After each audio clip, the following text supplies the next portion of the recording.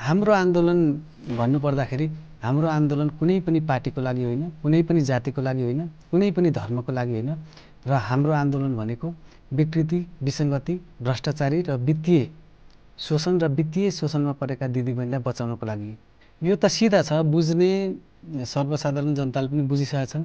यो आन्दोलन ओजनमा पर्नुको कारण भनेको चाहिँ मेन राजनीतिक पार्टीहरू जो यो लघुवित्त तथा वित्तीय दलालहरूलाई संरक्षण गरिरहनु भएको छ। तर हाम्रो आन्दोलन भनेको एउटा यस्तो छ कि अन्तर्राष्ट्रिय लेभलमा पनि यो चर्चा छ, अन्तर्राष्ट्रिय लेभलमा पनि देखिसकेको छ। आमा बुवा दिदीबहिनी चाहिँ अस्तिको आन्दोलनमा तपाईँले देख्नुभयो अर्धनाङ्गा भएर चाहिँ सडकमा न्याय माग्नलाई भिख मागिरहेछन्। यो भिख माग्नको कारण त के हो त भन्दाखेरि यही त हो, वित्तीय शोषणमा परेका छन्, अन्यायमा परेका छन्, चक्रवृद्धि ब्याजमा परेका छन्। यसको अन्त्य गर्नुपर्छ, आर्थिक क्रान्ति आउन जरुरी छ भन्ने त हामीले पहिलेदेखि मागिरहेका छौँ। यो सरकार अन्ध हो कि बहिरो हो कि के हो त? अब केही गर्दा देखेन, हामी अर्धनङ्ग भएपछि त कमसेकम देख्छ होला नि। जति पनि पीडामा परेका दिदीबहिनी आमा बुवाहरू हुनुहुन्छ, तपाईँहरू विष खाएर नमर्नुहोस्, झुन्डेर नमर्नुहोस्। आफ्नो दुधे बालक, आफ्ना बुढेसकालका सहारा ती आमा बुवा जुन लट्ठी टेकेर हिँड्दैछन् तिनीहरूलाई छोडेर विदेश पलायन नहुनुहोस्। हामी समग्र रूपमा वित्तीय अराजकता र गरिब र अन्य अत्याचारमा परेका दिदीबहिनी आमा बुवालाई बचाउन खोज्दैछौँ।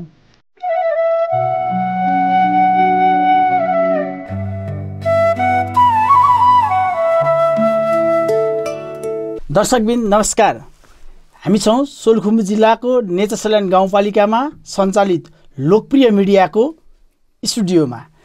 आज हामीसँग हुनुहुन्छ लघुवित्त तथा वित्तीय शोषण विरुद्ध सङ्घर्ष समिति नेपालका सचिवालय सदस्य एवं सोलुखुम्बु जिल्लाका अध्यक्ष गुणराज भट्टराई। अब हामी उहाँलाई स्वागत गरौँ। यहाँलाई हाम्रो यस लोकप्रिय मिडियामा हार्दिक स्वागत छ। नमस्कार। सर्वप्रथम त म तपाईँहरूलाई यो लोकप्रिय मिडियालाई म लगायत सम्पूर्ण हाम्रो अभियन्ता साथीहरू र पीडित दिदीबहिनीको तर्फबाट धेरै धेरै धन्यवाद र शुभकामना दिन चाहन्छु। खासमा तपाईँहरूको यस लघुवित्त तथा वित्तीय शोषण विरुद्धको जुन अभियान छ, यो अभियानको उद्देश्य के हो? यो अभियानको उद्देश्य भनेको चाहिँ जति पनि दिदीबहिनी आमा बुवा आर्थिक अवस्थामा कमजोरी हुनुहुन्छ र आर्थिक अवस्थाको कारणले यो समाजमा पछि पर्नु भएको छ, समाजबाट हेपिनु भएको छ र आफ्नो काखमा भएको दुधे बालकलाई छोडेर विदेश पलायन हुन जानुभएको छ। कसैले आत्महत्या गर्नुभएको छ, कसैले विष पिएर आफ्नो जीवन बलिदान दिनुभएको छ र कसैले आफ्ना बुढेसकालमा भएका आमा बुवा जति पनि छन् उहाँहरूलाई वृद्ध अवस्थामा छोडेर विदेश पलायन हुनुभएको छ। उहाँहरूको पीडाको अन्त्य गर्नको लागि चाहिँ हामीले र वित्तीय क्षेत्रमा समग्र सुधार ल्याउनको लागि चाहिँ हामी अघि बढिरहेछौँ। तपाईँले विगत लामो समयदेखि तपाईँहरू सङ्घर्षमा उभिरहेको हामी देखिरहेका छौँ। सङ्घर्ष तपाईँहरूले आजसम्म सङ्घर्ष गरेर पाउनुभएको आजसम्मको उपलब्धि के छ? आजसम्म हामीले भन्नुपर्दा हामीले धेरै कामहरू पीडामा भएका दिदीबहिनी आमा बुवा बचाउन गरिरहेछौँ। यो क्रममा हाम्रो केन्द्रीय अध्यक्ष मनिराम ग्यावाली लगायत अन्य दिदीबहिनीले 18 दिनसम्म आमरण अनसन बस्नुभयो। त्यसै गरी हामीले मुगलिनदेखि 7 दिनको पैदल यात्रा काठमाडौँसम्म आयौँ। त्यो बिचमा हामीले शान्तिपूर्ण तरिकाले आन्दोलन गर्दै जाँदा राष्ट्र ब्याङ्कको निषेध घेरा तोडेर पनि हामीले न्याय माग्न त्यहाँ प्रवेश गरेर 18 जना दिदीबहिनी आमा बुवाहरू पनि पक्राउ पर्नुभयो। त्यसै गर्दै जाँदाखेरि हामीले मन्त्री परिषदको भवनभित्र पनि 48 जना दिदीबहिनी र 1 जना पुरुष जो नेचरसल्यान्ड गाउँपालिका सोलुखुम्बुको नेचरसल्यान्ड गाउँपालिकाबाट जीवन घिमिरेसम्म लगायत पक्राउ पर्नु भएको थियो। यति गर्दै गरेर हामीले मुद्दालाई माथिल्लो लेभलमा पुर्याउन सफल भएका छौँ र अहिले पनि हामीले तपाईँको यो चैत 17 गतेदेखि काठमाडौँ केन्द्रित आन्दोलन गर्दै अहिले सर्वोच्च अदालतमा एउटा रिट जुन पीडितहरूको तर्फमा दिएका छौँ। त्यसमा हामीले जुन हाम्रो स्थलगत अनुगमनबाट जुन एउटा प्रतिवेदन बनेको थियो पोहोरको साल, त्यहाँ चाहिँ भनेको तपाईँको 7वटा प्रदेशमा 7वटै ठाउँमा स्थलगत अनुगमन हामीले गरेका थियौँ। 7वटा प्रदेशमा गर्दै गर्दा पनि अन्य एउटा ठाउँमा पनि हामीले गरेर 8वटा ठाउँमा चाहिँ हामीले स्थलगत अनुगमन सकेका छौँ र त्यो प्रतिवेदन सरकारको सामु पुगिसकेको छ, टेबलमा पुगिसकेको थियो। त्यसै क्रममा त्यो प्रतिवेदन चाहिँ अहिलेसम्म कार्यान्वयन भएको छैन र हामीले त्यसलाई कार्यान्वयन गराउनलाई चाहिँ अघि बढिरहेछौँ। जस्तो तपाईँले भने जस्तो आमरण अनसन 18 दिन रहँदै गर्दा एक साताको पैदल यात्रा गर्दै गर्दा र 7वटा प्रदेशमा चाहिँ तपाईँहरूले कार्यक्रम गर्दै गर्दा त्यसको ठ्याक्कै उपलब्धि चाहिँ के हो? त्यसको ठ्याक्कै उपलब्धि भन्दा चाहिँ जति पनि यो स्थलगत अनुगमन गर्ने भनेर चाहिँ नेपाल सरकार, राष्ट्र ब्याङ्क, त्यसपछि सङ्घर्ष समितिबाट जुन टिम खटेको थियो त्यसले सबै ठाउँमा स्थलगत अनुगमन तपाईँको गर्दै गर्दाखेरि त्यो एउटा निष्कर्ष के आएको छ भन्नुहुन्छ भने लघुवित्त संस्थाहरू चाहिँ 80% गलत तरिकाले चलेका छन्। त्यसमा राष्ट्र ब्याङ्क 10% त्यसको भागीदारी छ र अर्थ मन्त्रालय 10% भागीदारी छ भन्ने चाहिँ जानकारी र प्रतिवेदनमा उल्लेखित पनि त्यो भइसकेको छ। जस्तो तपाईँ नेपालको केन्द्रीय सचिवालयको सदस्य र सोलुखुम्बु जिल्लाको अध्यक्ष स्वयं आफै हुँदै गर्दा तपाईँले भर्खरै भने जस्तो राष्ट्र ब्याङ्क र अर्थ मन्त्रालय नै के 10% चाहिँ यसको भागीदार हुनु अपरिहार्य अथवा जरुरी, यसलाई कसरी लिनुहुन्छ तपाईँ? यसमा चाहिँ तपाईँको जति पनि यो लघुवित्त तथा वित्तीय संस्थाहरू चलिरहेछन्, जुन एउटा राष्ट्र ब्याङ्कले अथवा नेपाल सरकारले जुन एउटा यिनीहरूलाई चाहिँ कार्यक्षेत्र दिएको थियो त्यसमा चाहिँ यिनीहरू असफल छन् भन्ने कुरो चाहिँ त्यो प्रतिवेदनले पनि जानकारी गराइसकेको छ। किनभने निर्देशिका, राष्ट्र ब्याङ्कको निर्देशिका विपरीत चाहिँ लघुवित्तीय संस्थाहरू चलिरहेछन्। यसमा पनि के छ भन्नुहुन्छ भने गाउँघरमा भएका सोझा सिधा गरिब दिदीबहिनीको जीवनस्तर उकास्ने, उद्यमी बनाउने भनेर जस्तो तरिकाले यो लघुवित्त तथा वित्तीय संस्थाहरू चलिरहेका थिए, यिनीहरूलाई चाहिँ ठ्याक्कै जुन त्यो उद्यमी बनाउने भनेको छ त्यसलाई पनि पछि पार्दै एउटा व्यापारीकरणले नाफामूलक हिसाबमा गए। जस्तो तपाईँले भने जस्तो उनीहरूको उद्देश्य, लघुवित्तको उद्देश्य चाहिँ गाउँघरका दिदीबहिनी र तपाईँको उनीहरूलाई उद्यमशीलता बनाउनेको ठाउँमा चाहिँ उहाँहरूको श्रम शोषण र उहाँहरूबाट चाहिँ थप बेनिफिट लिएको भन्ने लाग्छ तपाईँलाई? एकदम, यो त यही भइरहेछ। किनभने जति पनि दिदीबहिनी आमा बुवाहरू गरिबी छन् उहाँहरूको जीवनस्तर उकास्ने र उनीहरूलाई उद्यमी एउटा सक्षम बनाएर चाहिँ आर्थिक अवस्थामा परिवर्तन ल्याउने भनेर जसरी नेपाल सरकार र राष्ट्र ब्याङ्कले लघुवित्तहरू वित्तीय संस्थाहरूलाई परिचालन गरेको थियो, उनीहरूले चाहिँ त्यस्तो गर्न सकेनन्। त्यो कसरी सकेनन् भन्नुहुन्छ भने उनीहरूले जसरी दिदीबहिनीहरूलाई उद्यमी बनाउनु पर्ने थियो, जसरी उनीहरूले रकम दिन्थे त्यसमा चाहिँ दक्ष उनीहरूलाई नबनाइकन रकम प्रदान गरे। त्यसको अहिले परिणाम यो हालत आइरहेछ। नेपालमा आर्थिक क्षेत्रमा एकदम विकृति बढिरहेछ र दिदीबहिनी विष खाएर मर्ने भएका छन्, पासो लागेर मर्ने भएका छन्, दुधे बालक आमा बुवा बुढेसकालका सहारालाई छोडेर विदेश पलायन भएका छन्। यस्ता घटनाहरू त हामीले देखिरहेछौँ, मिडियामा आइरहेछन् र प्रत्यक्ष रूपमा हामी सङ्घर्षमा लाग्दै गर्दा पनि हामीले विभिन्न ठाउँ विभिन्न जिल्लाहरूमा देखिरहेका छौँ। जस्तो तपाईँले भने जस्तो लघुवित्तकै कारणले गर्दाखेरि चाहिँ धेरै दिदीबहिनीहरू चाहिँ तपाईँको विष पोइजनदेखि सुसाइड गर्नुको पर्यावाची नै लघुवित्त हो भन्न सक्नुहुन्छ तपाईँ? एकदम, तपाईँ लघुवित्त नै हो। किन भन्नुहुन्छ भने अहिलेसम्म हामीले अध्ययन गरेअनुसार, हामीले डाटा कलेक्सन गरेअनुसार 1600 भन्दा माथि दिदीबहिनीहरू आत्महत्या गरिसक्नु भएको छ। विष पिएर मर्नु भएको छ, कोही झुन्नेर मर्नु भएको छ र कोही आफ्नो परिवारसँग बिछोड भएर, डिभोर्स भएर, आफ्नो घरबार विहीन भएर विदेशिनु परेको छ। यो सबै अवस्था देख्दै गर्दा उद्यमी बनाएर उहाँहरूको आर्थिक अवस्था सुधार गर्ने क्रममा आएको यी लघुवित्त संस्थाहरूले चाहिँ उहाँहरूलाई आफ्नो परिवारसँग विच्छेद र अन्य यस्ता कुरामा धेरै टचर दिइरहेछ। त्यही भएकाले लघुवित्त संस्थाहरू, वित्तीय संस्थाहरूले चाहिँ उहाँहरूको जीवनस्तर उकास्नुभन्दा पनि उहाँहरूलाई एउटा मृत्युको बाटोमा चाहिँ अघि सारिरहेछन्। जस्तो तपाईँले भने जस्तो खास तपाईँहरूको आन्दोलन कसको लागि हो? हाम्रो आन्दोलन भन्नुपर्दाखेरि हाम्रो आन्दोलन कुनै पनि पार्टीको लागि होइन, कुनै पनि जातिको लागि होइन, कुनै पनि धर्मको लागि होइन र हाम्रो आन्दोलन भनेको विकृति, विसङ्गति, भ्रष्टाचारी र वित्तीय शोषण र वित्तीय शोषणमा परेका दिदीबहिनीलाई बचाउनको लागि हो। ठ्याक्कै जस्तो तपाईँको राष्ट्रिय आन्दोलन किन ओझेलमा परिरहेको छ? जस्तो तपाईँहरूले गाउँपालिका हुँदै, जिल्ला हुँदै, प्रदेश हुँदै तपाईँहरूले यो आन्दोलन चाहिँ राष्ट्रव्यापीमा जानुभयो। तपाईँ एउटा सोलुखुम्बु जिल्लाको आफै संयोजक हुनुहुन्छ। तपाईँहरू आन्दोलनको क्रममा देशव्यापी रूपमा मैदानमा दौडधुपमा हुनुहुन्थ्यो, म पनि देखिरहेको थिएँ। त्यसै गरी तपाईँहरू यो आन्दोलन चाहिँ राष्ट्रव्यापी हुँदै गर्दाखेरि पनि आज ओझेलमा छ। यो ओझेलमा पर्नुको खास कारण के हो? यो त सिधा छ, बुझ्ने सर्वसाधारण जनताले पनि बुझिसकेका छन्। यो आन्दोलन ओझेलमा पर्नुको कारण भनेको चाहिँ मेन राजनीतिक पार्टीहरू जो यो लघुवित्त तथा वित्तीय दलालहरूलाई संरक्षण गरिरहनु भएको छ।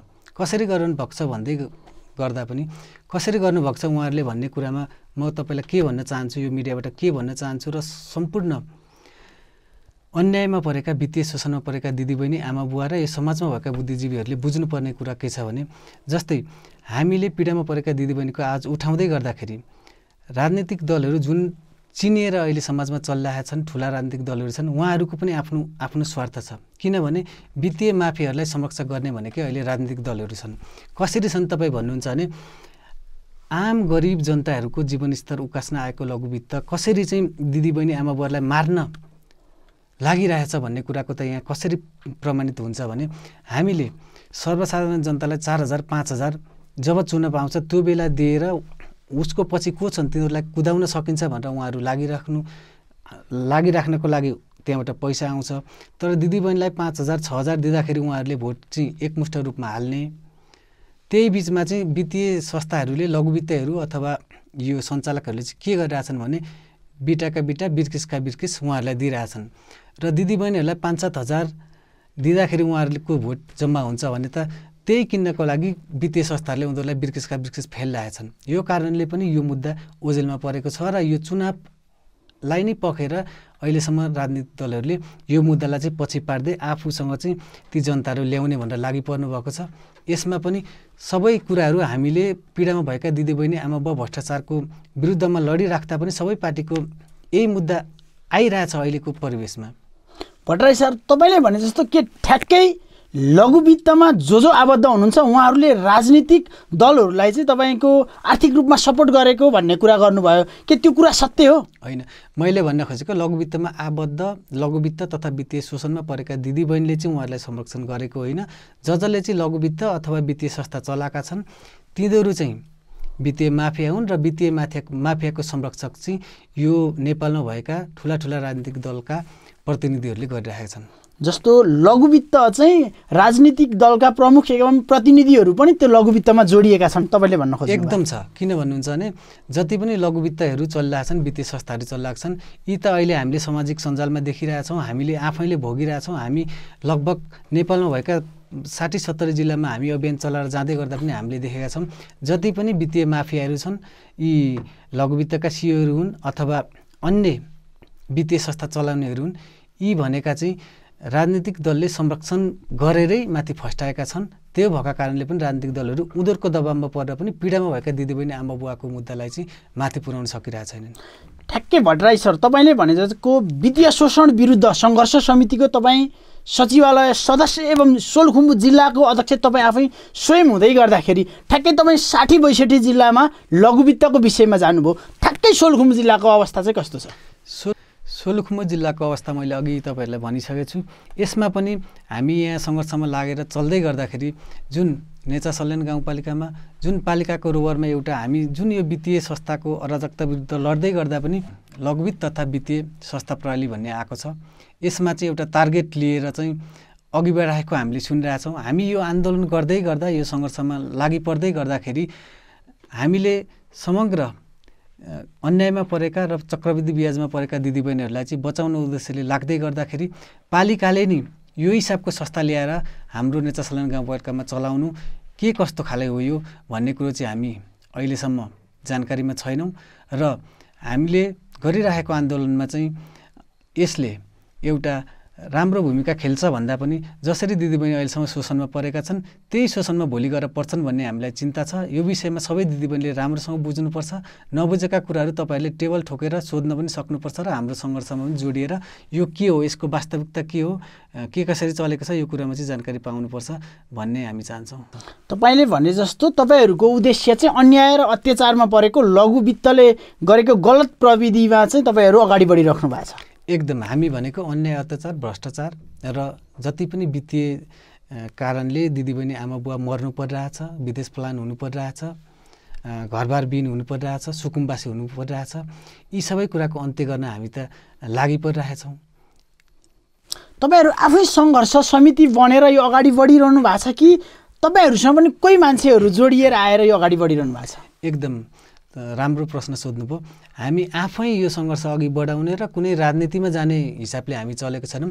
हामी भनेको आमा बुवा दिदीबहिनीलाई बचाउने र जुन आमा बुवा दिदीबहिनीले त्यो आवाज उठाउन सकेका थिएनन्, कुनै न कुनै ठाउँबाट प्रभावित भएर उहाँहरूलाई चाहिँ खुला रूपमा बाहिर निक्लिनुपर्छ भन्ने अभियान चलाउँदै उहाँहरूको आवाजलाई चाहिँ बुलन्द बनाउँदै, जति उहाँहरू बोल्न सक्नु भएको छैन, पछि पर्नु भएको छ, दबावमा रहनु भएको छ, यसरी हुँदैन। यसो गर्दै गर्दाखेरि हामीले आफ्नो ज्यान पनि गुमाउँछौँ, हाम्रा बालबच्चा छोराछोरीलाई पनि राम्रो शिक्षा दीक्षा दिन सक्दैनौँ। हामी यो समाजबाट सकिन्छौँ। यसको चाहिँ हामीले अलिकति शिक्षित भएर र आर्थिक रूपमा अघि बढ्नुपर्छ। हामी अन्यायमा परेका छौँ, चक्रवृद्धि ब्याजमा फसेका छौँ। यी कुरालाई चाहिँ उहाँहरूलाई बुझाउँदै अघि बढिराखेकै हो। ठ्याक्कै जाँदा जाँदै तपाईँहरूका राष्ट्रिय रूपमा नै तपाईँको हाम्रो आन्दोलन अगाडि बढिसकेको छ भन्नुहुन्छ। तपाईँले भने जस्तो ठ्याक्कै आन्दोलनमा चाहिँ तपाईँहरूको माग के छन्? तपाईँको अघि पनि मैले भनिसकेँ, यो राष्ट्रिय रूपमा भन्दा पनि अन्तर्राष्ट्रिय रूपमै गइसकेको छ। किनभने अहिलेसम्म तपाईँ इतिहास हेर्नुहोस्, आमा बुवा दिदीबहिनीहरू सडकमा यसरी आन्दोलन गर्दै आएको सायद यो पहिल्यै घटना हुनसक्छ। किनभने 4 वर्ष लगभग भइसक्यो हामीले आन्दोलन गरिरहेको।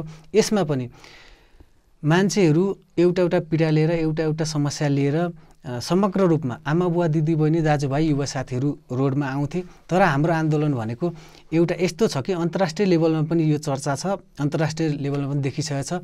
आमा बुवा दिदीबहिनी चाहिँ अस्तिको आन्दोलन पनि तपाईँले देख्नुभयो, अर्धनाङ्गा भएर चाहिँ सडकमा न्याय माग्नलाई भिख मागिरहेछन्। यो भिख माग्नको कारण त के हो त भन्दाखेरि यही त हो नि, वित्तीय शोषणमा परेका छन्, अन्यायमा परेका छन्, चक्रवृद्धि ब्याजमा परेका छन्। यसको अन्त्य गर्नुपर्छ, आर्थिक क्रान्ति आउन जरुरी छ भन्ने त हामीले पहिलेदेखि मागिरहेका छौँ। यसमा अर्को कुरो म तपाईँलाई केही पनि जोड्छु भने, बाँचौँ बचाउँ र अघि बढौँ, स्थायित्व, सुशासन, न्याय र समृद्धिको लागि एक हौँ, आर्थिक क्रान्तिको लागि जनआन्दोलनमा जुटौँ, ऋणमुक्त जनता, ऋणमुक्त देश, त्यसपछि आउँछ विकासको परिवेश भन्ने त हाम्रो मेन नारै छ नि। तपाईँले भने जस्तो जे नारा छ नि, यति धेरै इफेक्टिभ नारा छ, नारा अनुसार काम गर्न सम्भव हुन्छ। भोलिका दिनमा हाम्रो देश नेपालमा चाहिँ तपाईँको लोन बिना हामी चल्नलाई सम्भव छ? होइन, लोन बिना हामी चल्ने भन्दा पनि लोन लिएर हामी चल्ने हो। तर लोन कस्तो हिसाबले दिन्छ? उद्यमी बनाएर दिन्छ कि अथवा त्यसको चाहिँ जति उसलाई उद्यमी बनाएको छ उसको जीवनस्तर उकास्दै गरेर लोन पनि त्यही क्रमले तिर्न सक्ने उसको अवस्था हेरेर दिन्छ कि अथवा समय कति दिएको छ, त्यो समय उसले के उत्पादन गर्न सक्छ, कस्तो हिसाबले उसले आफ्नो परिवार, आफ्नो जनजीवन चलाउँदै अनि त्यो लोन पनि उसले रिटर्न गर्न सक्छ भन्ने कुरोको त राम्रोसँग अध्ययन गरेर, मूल्याङ्कन गरेर, एउटा ट्रेनिङ प्रशिक्षण दिएर उद्यमी बनाउने हिसाबले दिनुपर्थ्यो। त्यो भएन। जस्तो तपाईँले भने जस्तो अघि भन्नुभयो, धेरै महिला आमा दिदीबहिनीहरू चाहिँ अर्धनग्न भएर सडकमा आउनुभयो भनेर तपाईँले भन्नुभयो। त्यो अर्धनग्न भएर सडकमा आउनुको पछाडि उहाँहरू आफै समस्या भएर आउनुभयो कि तपाईँहरूले उहाँहरूलाई अर्धनग्न बनाएर यसरी हामी चाहिँ मैदानमा निस्कनुपर्छ भन्नुभयो? यो कुरा हेर्नु क्लियर छ। किनभने मैले भनिसकेँ, 18 दिने आमरण अनसन, 7 दिनको पैदल यात्रा, 32 दिनसम्म काठमाडौँको सडकमा हावाहुरी बतासमा आन्दोलन गर्नु, त्यसपछि एउटा प्रतिवेदन बन्नु, त्यो सबै कार्यान्वयन नभएपछि यो सरकार अन्धो हो कि बहिरो हो कि के हो त? अब केही गर्दा देखेन, हामी अर्धनङ्ग भएपछि त कमसेकम देख्छ होला नि भनेर सरकारलाई चेतावनी दिनको लागि तपाईँहरूले त्यहाँसम्म पुग्नुभयो। सरकारलाई चेतावनी भन्दा पनि यस्तो अवस्थामा दिदीबहिनी आमा बाबु पुगेको छौँ, हामी चाहिँ किन आँखामा पट्टी लाएर कानमा तेल हाल्न बस्ने भन्ने कुराको चाहिँ जानकारी सरकारलाई दिनको लागि। ठ्याक्कै तपाईँ हामी जाँदा जाँदै अबको तपाईँहरूको यो लघुवित्त तथा वित्तीय संस्थाको अबको प्लान के छ? हाम्रो प्लान भनेको दिदीबहिनी आमा बुवाहरूलाई बचाउने हो। जो घरबार बिन भएका छन् उनीहरूलाई एउटा व्यवस्थापन गर्ने हो। जो पनि वित्तीय शोषणमा परेर अहिले मर्न बाँच्नु भएका छन् उनीहरूलाई बचाउँदै जाने हो। र आगामी दिनमा यो सरकारले अन्यायमा परेर दिदीबहिनीहरूको हालत अहिले नङ्गिनेसम्म भइसकेको रहेछ, यसको अन्त्य गर्नुपर्छ भनेर सरकार सचिएर र जनताको जुन पीडा मर्का छ त्यसलाई बुझेर सरकार चल्न सक्दैन भने जस्तो पनि कदम चालेर हामीले जसरी पनि यो सरकारलाई अन्यायमा परेका दिदीबहिनीलाई न्याय दिलाउनको लागि हामी जस्तोसुकै कदम पनि चाल्ने भनेर हामी लागि परेछौँ। लघुवित्त तथा वित्तीय शोषण विरुद्ध तपाईँ नेपालको केन्द्रीय सचिवालय सदस्य एवं सोलुखुम्बु जिल्लाको अध्यक्ष हुनुहुन्छ। दर्शक एवं श्रोताबिन्दलाई के भन्न चाहनुहुन्छ?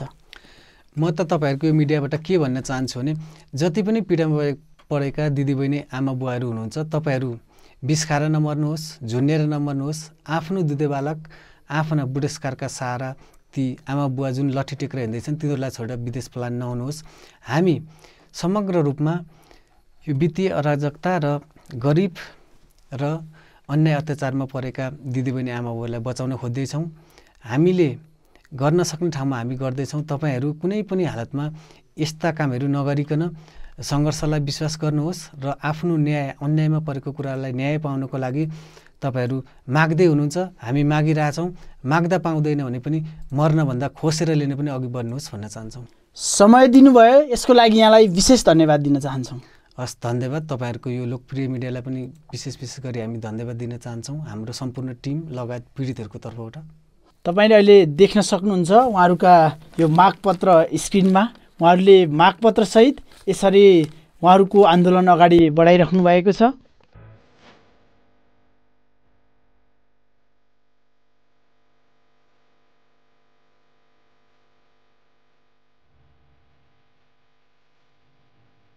दर्शकवृन्द, हामीसँग कुराकानीमा हुनुहुन्थ्यो लघुवित्त तथा वित्तीय शोषण विरुद्ध नेपालका सचिवालय सदस्य एवं सोलुखुम्बु जिल्लाका अध्यक्ष गुणराज भट्टराई। उहाँसँग हामीले समग्र लघुवित्त तथा वित्तीय शोषण विरुद्ध कुराकानी गऱ्यौँ। तपाईँलाई कस्तो लाग्यो? राय, सल्लाह, सुझाव एवं प्रतिक्रिया दिन सक्नुहुनेछ। हामी अर्को संवाद लिएर फेरि उपस्थित हुनेछौँ। त्यति जेलको लागि यहाँहरू समक्षबाट बिदा हुन चाहन्छु। हस्त नमस्कार।